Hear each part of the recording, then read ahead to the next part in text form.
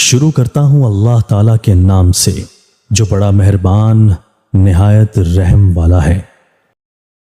حضرت عبداللہ بن عباس رضی اللہ تعالیٰ عنہ کہتے ہیں کہ نبی اکرم صلی اللہ علیہ وآلہ وسلم نے فرمایا، ہم آخری امت ہیں اور سب سے پہلے حساب کے لیے بلائے جائیں گے۔ کہا جائے گا، امت اور اس کے نبی کہاں ہیں؟ تو ہم اول بھی ہیں اور آخر بھی۔ حضرت ابو موسیٰ اشعری رضی اللہ تعالیٰ عنہ کہتے ہیں کہ رسول اللہ صلی اللہ علیہ وآلہ وسلم نے فرمایا، جب اللہ تعالیٰ قیامت کے دن تمام مخلوق کو جمع کرے گا تو محمد صلی اللہ علیہ وآلہ وسلم کی امت کو سجدے کا حکم دے گا۔ وہ بڑی دیر تک اس کو سجدہ کرتے رہیں گے، پھر حکم ہوگا، اپنے سروں کو اٹھاؤ، ہم نے تمہاری تعداد کے مطابق تمہارے فدیے جہنم سے کر دیے۔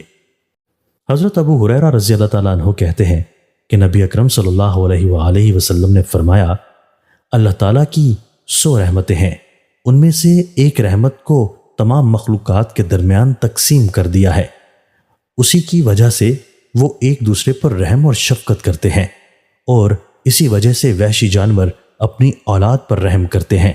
اللہ تعالیٰ نے 99 رحمتیں محفوظ کر رکھی ہیں، ان کے ذریعے وہ قیامت کے دن اپنے بندوں پر رحم کرے گا۔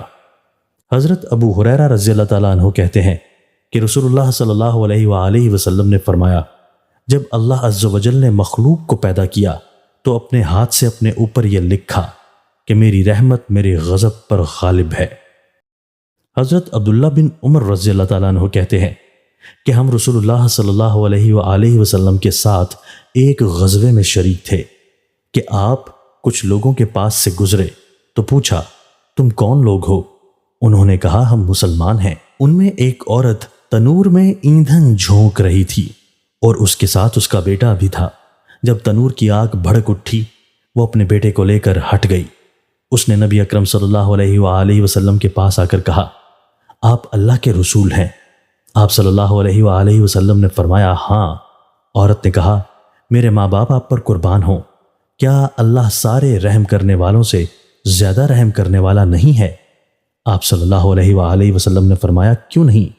وہ بولی، کیا اللہ تعالیٰ اپنے بندوں پر اس سے زیادہ رحم نہیں کرے گا جتنا ماں اپنے بچے پر کرتی ہے؟ آپ صلی اللہ علیہ وآلہ وسلم نے فرمایا، کیوں نہیں؟ اس نے کہا، ماں تو اپنے بچے کو آگ میں نہیں ڈالتی۔ آپ صلی اللہ علیہ وآلہ وسلم نے سر جھکا دیا اور روتے رہے، پھر اپنا سر اٹھایا اور فرمایا، اللہ تعالیٰ اپنے انہی بندوں کو عذاب دے گا جو بہت سرکش و شریر ہیں اور جو اللہ تعالیٰ کے باغی ہوتے ہیں اور لا الہ الا اللہ کہنے سے انکار کرتے ہیں۔ دوستو، اللہ تعالیٰ ہمیں ان احادیث مبارکہ پر عمل کرنے اور اپنی زندگیوں کو سنوارنے کی توفیق عطا فرمائے۔